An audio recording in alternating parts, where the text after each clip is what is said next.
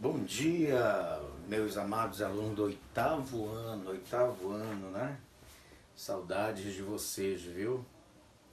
Muitas saudades. Vamos, vamos dar continuidade, né? Eu daqui da minha casa, você aí da sua casa, vamos dar continuidade ao que a gente vem estudando, né? Ao que a gente vem desde janeiro estudando com vocês em sala de aula, tá? É um período novo, né? É um período aí que a gente tem que se adaptar, se adaptando a esse novo normal, né? Eu daqui dando a minha aula, você daí assistindo, anotando, né? Eu quero dizer para vocês que logo, logo isso aí tudo vai passar, a gente vai estar junto, viu? Eu tenho certeza absoluta e acredito muito naquele lá de cima, tá? Então bora lá. Antes da gente iniciar hoje a nossa aula, deixa eu relembrá-los do que a gente já estudou, né? Por que a gente tem que relembrar? Porque provavelmente os coleguinhas aí tenham, né, nesse processo aí de pandemia, não pega o caderno, não estudado, né? Não revisado o conteúdo que nós trabalhamos em janeiro, fevereiro, né? E até o início lá de março. Tá bom? Então bora lá lembrar. Lembrando a cada um de vocês que nós estamos estudando seres vivos, tá? A primeira aula que nós trabalhamos com vocês, que o tio Altemar trabalhou com vocês, foi os sistemas de classificação dos seres vivos, tá? Lembras que eu trabalhei com vocês o sistema de classificação proposto por um cara lá, por um cientista, né, sueco, chamado Carlos Linneu, Carl Linné. Esse cara foi o primeiro cara a criar um sistema, né, dentro de várias categorias, um sistema que tinha como objetivo maior enquadrar os seres vivos dentro de um reino, né? Você lembra lá? Dentro de um reino, dentro de uma divisão chamada de classe, dentro de uma divisão chamada de ordem, dentro de uma divisão chamada de gênero e dentro de uma divisão chamada de espécie. Tá? Então, Carlos Linneu foi o primeiro cara a criar essas categorias que facilitaram o estudo dos seres vivos, né? Ele disse lá pra gente, dentro do seu sistema, que todo ser vivo tem que ter um reino, tem que ter uma classe, tem que ter uma ordem, né? Tem que ter um gênero e tem que ter também, né? Tem que pertencer também, todo ser vivo tem que pertencer também a uma categoria específica chamada espécie, tá? Bem, foi o primeiro cara aqui que criou esse sistema de classificação. Claro que ele criou esse sistema lá no século XVIII. De lá para cá, a gente veio aperfeiçoando esse sistema. Por quê? Porque novas espécies foram catalogadas, foram identificadas, foram descobertas. Então hoje nós temos o sistema atual, né? Com a ajuda de Linneu, o sistema dele foi aperfeiçoado e hoje nós temos o sistema atual, que insere todo ser vivo dentro de categorias bem maiores, né? Que categorias são essas? Ainda nós temos que todo ser vivo tem que ser enquadrado dentro de um reino. Todo ser vivo tem que ser enquadrado dentro de um filo. Então, olha lá, filo é uma nova categoria criada no sistema atual. Todo ser vivo, é só você lembrar lá da palavra reficofage. Reino, fi de filo, né? C de classe. Então, ó, todo ser vivo tem que estar enquadrado dentro de uma classe, dentro de uma ordem, dentro de uma família, né? Dentro de um gênero e especificamente tem que pertencer a uma espécie, né? Repito para vocês, essas categorias hoje nós já estudamos, tá? Vimos também que toda e qualquer espécie, ela cientificamente, ela é enquadrada dentro de regras para que ela possa efetivamente, para que ela possa ser colocada em um texto, ela precisa, toda espécie, apresentar um nome científico. E esse nome científico, ele também segue alguns princípios, algumas regras. E nós vimos isso também, tá? Eu vou lembrar algumas com vocês, para a gente não esquecer. A primeira regra, toda e qualquer espécie, ela obrigatoriamente, ela tem que ser escrita em uma língua chamada latim. Lembra que nós estudamos, apesar do latim não ser mais a língua universal atualmente, né, não ser mais a língua falada, muitos dizem que é uma língua, né, uma língua esquecida, né, mas na verdade o latim é até hoje a língua, né, aceita para a identificação do nome científico de uma espécie. O latim, tá? É a língua universal para escrever o nome de uma espécie. Isso aí é uma obrigação, tá? É uma regra universal. Se você quer escrever o nome de uma espécie, você tem que pesquisar o nome dela. E quando você colocar o nome dessa espécie em um texto científico, ou qualquer que seja o texto, você tem que obrigatoriamente seguir a primeira regra. Qual?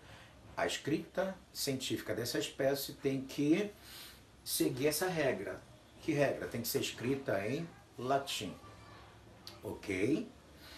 A segunda regra, né, relembrando lá a vocês, a segunda regra é que, além da espécie ser escrita em latim, ela tem que ter nome e sobrenome. Ela tem uma nomenclatura binominal.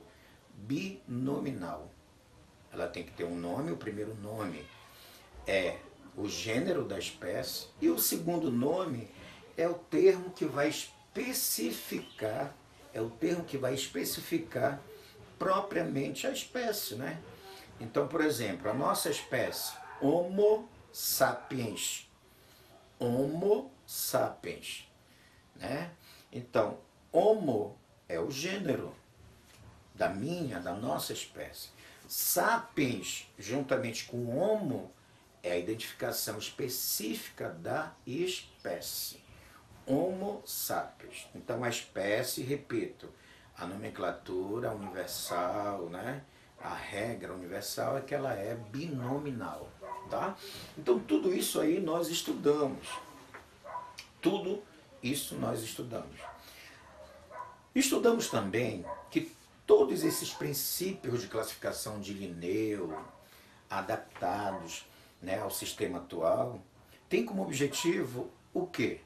Facilitar a identificação do ser vivo, facilitar o nosso estudo, organizar dentro, né, da biosfera, dentro dos biomas, dentro dos ecossistemas, identificar e catalogar, organizar os seres vivos. Então hoje nós temos os seres vivos organizados dentro de 5 reinos: Monera, protista, fungi, animal e vegetal. Vou repetir: Monera, protista, fungi, animal e vegetal. Então seria essas 5 categorias, os reinos presentes na natureza, tá? Com vocês, eu já estudei lá, tá? Alguns seres vivos. Estudamos lá, né? Os vírus. Olha só, uma temática tão atual, né? Estudamos lá os vírus. Provavelmente vocês estejam aí, né, se perguntando assim, tio, é tão atual, nós estudamos com o senhor lá em janeiro, fevereiro, os vírus, e logo em seguida nós nos afastamos em função de uma pandemia causada por um vírus, o coronavírus. Então, todas as informações relacionadas aos vírus, elas foram abordadas, elas foram estudadas por nós em sala de aula. Eu não vou aqui relembrar a vocês, mas podemos aqui citar uma característica específica dos vírus que não insere eles na categoria de reino. Qual é? Algo específico que os vírus apresentam. Eles são seres acelulares, eles não têm organização celular, eles não apresentam células, né?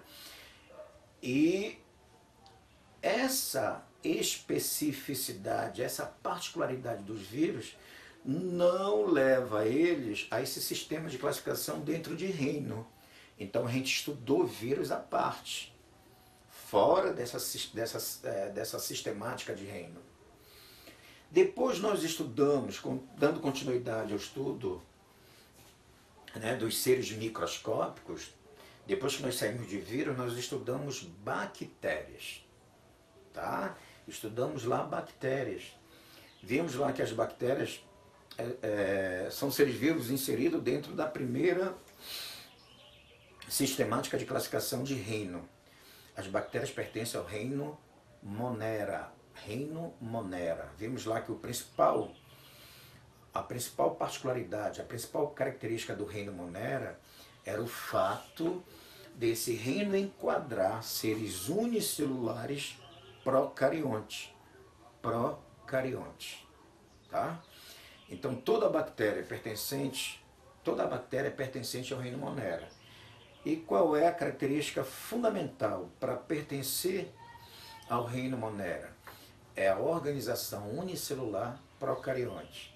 É o ser apresentar uma única célula e essa célula ter o material genético em contato com a região do citoplasma.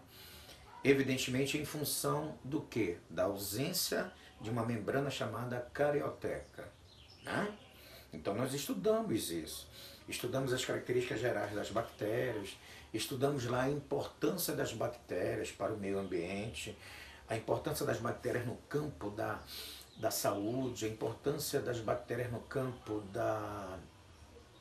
das indústrias que fabricam alimentos, principalmente alimentos derivados do leite. Vimos lá as bactérias, como elas, no universo vivo, como é que elas se reproduzem, né? Então isso nós vimos. Então, dando seguimento, gente, ao campo do estudo dos seres vivos, hoje nós vamos falar nesse universo da microscopia, dos seres microscópicos. Hoje nós vamos estudar um pouquinho sobre o universo dos protozoários. Tá?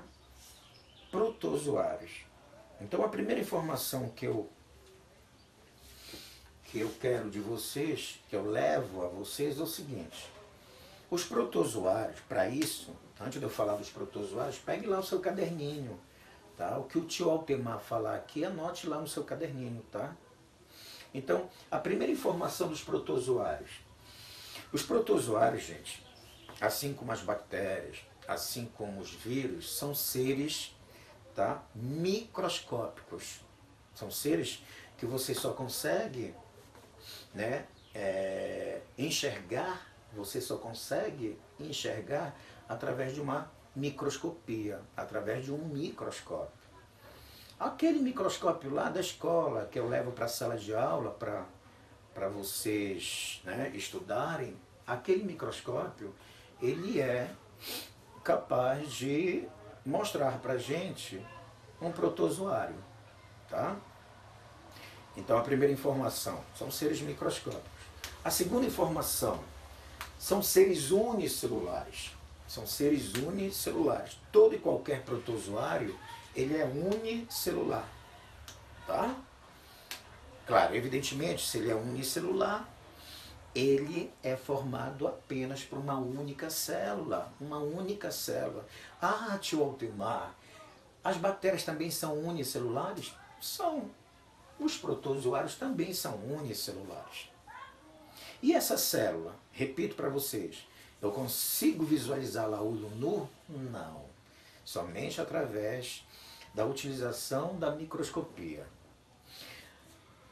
Além de serem unicelulares, eles apresentam um núcleo. Essa célula apresenta um núcleo bem organizado, bem nitidamente organizado e separado por uma membrana. Essa membrana que não existe lá em bactérias. Essa membrana que existe aqui nos protozoários é a carioteca. Portanto, os protozoários são seres eucariontes. Eucariontes. A bactéria que nós estudamos é procarionte. Protozoários que estamos estudando agora são eucariontes. Tá? Uma outra informação.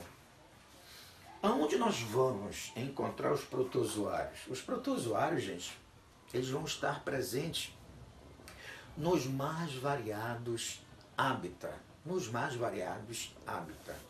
Alguns protozoários nós vamos encontrar eles presentes na água. Tanto água doce quanto água do mar, né, salgada. Tanto em água limpa quanto em água poluída, contaminada. Tá? Então, olha só. Vamos encontrar eles na água, vamos encontrar eles também no solo encharcado, né? Eles estão presentes também no solo. Vamos encontrar eles também presentes, associados a outros organismos vivos. Por exemplo, na minha boca eu tenho um universo de protozoários. No meu intestino eu tenho um universo de protozoários. Claro, evidentemente, que esses protozoários presentes na minha boca, presentes no meu intestino, eles são, na sua maioria, de vida livre. Olha só, na sua maioria de vida livre. Significando dizer que eles estão aqui presentes na minha boca, presentes no meu intestino, numa relação de simbiose, numa relação de ajuda, sem necessariamente estar me prejudicando.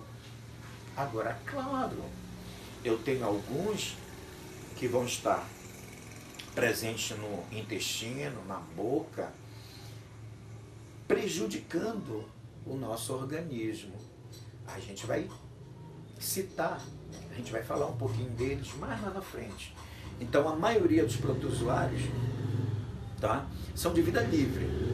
Uma minoria vão estar parasitando a nossa matéria orgânica. Não somente a nossa, mas a matéria orgânica de vários hospedeiros.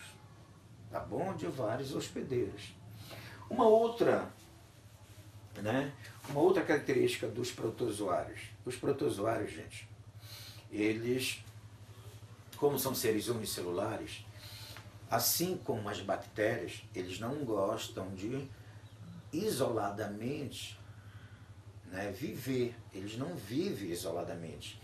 Eles vão se unir a seres da mesma espécie, formando o que nós chamamos de colônias.